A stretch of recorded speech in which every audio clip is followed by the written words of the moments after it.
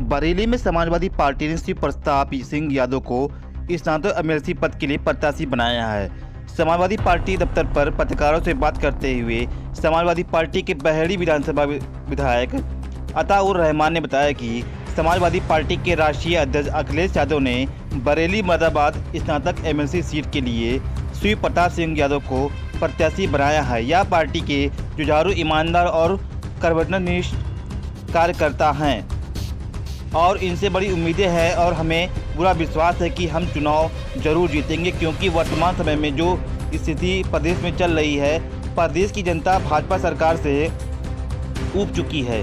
भाजपा सरकार के उम्मीदवार एमएलसी चुनाव जीतने के बाद दोबारा लौट के नहीं आते और जनता इनका इंतजार करती रहती है। इसलिए समाजवादी पार्टी में जनता की समस्याओं को समझते हुए अपने जुझारू कार्यकर्ताओं को स्नातक एमएलसी पद के लिए मैदान में उतारा है।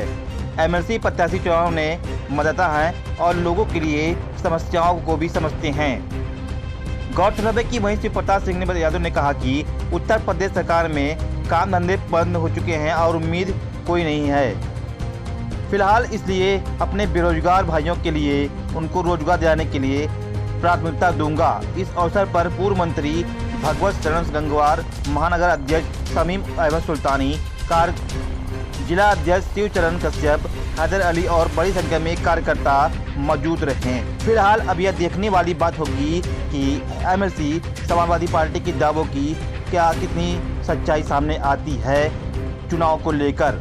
बरेली से वसीम अहमद की रिपोर्ट। श्री प्रताप जी, आपको समाजवादी पार्टी ने बरेली मुरादाबाद एमएलसी सीट के प्रत्याशी बनाया है, इसके लिए आपने मन में क्या रूपरेखा बनाई है चुनाव की? कैसे चुनाव? मैं रुलखंड विश्वविद्यालय के छात्र संघ से निकला हुआ हूँ। मैं रुलखंड विश्वविद्यालय में छात्र संघ का महामंत्री चुना गया और अध्यक्ष चुना गया और लगातार युवाओं के बीच में रहा और मुझे ग्रेजुएट्स की समस्याओं के बारे में जानकारी रहती है, क्योंकि आज हमारा जो ग्रेजुएट्स है वो बेरोजगार घूम रहा है। जिस तरीके से सरकारी मशीनरी का प्रयोग करके चीज़ों को बेचा जा रहा है, कंपनियों को बेचा जा रहा है, हमारे पुरानी पेंशनर के जो लोग हैं, जो हमारे सरकारी कर्मचारी पुरानी पेंशन की मांग कर रहे हैं, उनकी मांग को अनदेखा किया जा रहा है। जबकि गैर बीजेपी शासित जो प्रदेश है वहाँ पे पुरानी पेंशन लागू की गई है, लेकिन भारतीय जनता पार्टी शासित जितने प्रदेश हैं वहाँ पुरानी पेंशन लागू नहीं की है। पूरा देश ये जानता है कि पेंशन को बंद करने वाले भारतीय जनता पार्टी के ही लोग हैं। प्रताप जी, जैसे कि रामपुर के माना जाता है, रामपुर में जो गरीबी का जो भाजपा वहाँ पे कैसे सवाल है? देखिए, रामपुर का चुनाव पूरी दुनिया जानती है कि भारतीय जनता पार्टी ने अपने सरकारी तंत्र के वजूद पर जीता, नहीं तो हम तीनों चुनाव जीते हुए हैं।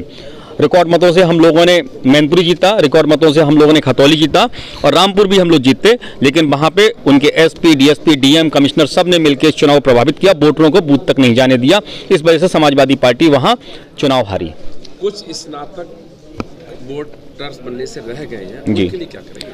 देखिए, 5 से 12 तारीख के बीच में, 5 जनवरी से 12 जनवरी के बीच में जब तक हम लोगों का नामांकन चलेगा, इसमें ऐसा एविडेंस है कि उस बीच में भी वोटर अपना वोट बनवा सकता है। उसके लिए फॉर्म 18 भरेगा, 2 फोटो, आधार कार्ड, ग्रेजुएशन की मार्कशीट साथ संबंधित नोडल सेंटर पर उस फॉर्म को जमा करना होगा। उसके बाद वो मतदाता बन सकता है और इसके लिए सरकार को ही कदम उठाने पड़ेंगे और ऐसे ग्रोहों के खिलाफ कदम उठाने पड़ेंगे जो ग्रोह इनमें सक्रिय, क्योंकि कहीं ना कहीं इसमें सरकार की बहुत महत्वपूर्ण भूमिका है। पूर्व में जितने भी परीक्षा के प्रश्न पत्र लीक हुए उसमें आपने देखा होगा जो एसटीएफ ने लोगों को पकड़ा वो कहीं ना कहीं सरकार से जुड़े हुए लोग हुआ करते हैं। मैं मंत्री जी से जानना चाहूंगा, यूपी में ओबीसी आरक्षण से रद्द कर दिया, निकाय पढ़े लिखे लोग माने जाते हैं, ग्रेजुएट भी हैं, लेकिन इन्फॉर्मेशन की कमी है इस तरह के चुनाव को लेकर। तो हमारे जरिए से क्या पैगाम देना चाहेंगे? हम तो सभी वोटरों से एक ही गुजारिश करते हैं, अपील करते हैं कि जो भारतीय जनता पार्टी की सरकार चल रही है इसमें सब लोगों को मालूम है किस तरह से चल रही है।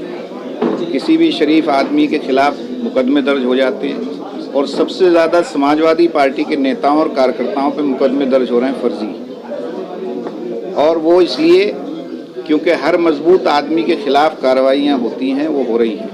समाजवादी पार्टी क्योंकि बहुत मजबूत है, उन्हें मालूम है कि 2024 में भी समाजवादी पार्टी उत्तर प्रदेश में भारतीय जनता पार्टी को हराने का काम करेगी और 27 में सरकार बनाएगी। तो इसलिए सबसे ज़्यादा उत्पीड़न समाजवादी पार्टी के लोगों का हो रहा है और मैं तो सबसे यही गुजारिश करूंगा कि सब लोग मिलकर इस बार समाजवादी पार्टी को यहाँ से जिताएं, क्योंकि भारतीय जनता पार्टी के जो एमएलसी जीत जाते हैं वो कभी देखने को नहीं मिलते हैं, चुनाव में सिर्फ देखने को मिलते हैं। आपने नाम ज़रूर सुना होगा, लेकिन कभी ये नहीं सुना होगा कि बरेली में किसी क्षेत्र में गए हों। तो इसलिए लोगों में बहुत आक्रोश है और सब लोग ये चाहते हैं कि ऐसा आदमी यहाँ से एमएलसी चुने जो आम लोगों की पकड़ में हो, कभी भी उनसे संपर्क किया जा सके, कभी भी उनको बुलाया जा सके। और हमें खुशी होगी कि अगर शिव प्रताप यादव जी यहाँ से एमएलसी बन के जाएंगे तो इनकी निधि का बड़ा हिस्सा हम बरेली ज़िले को लेंगे, ताकि विकास में इनकी निधि भी शामिल हो।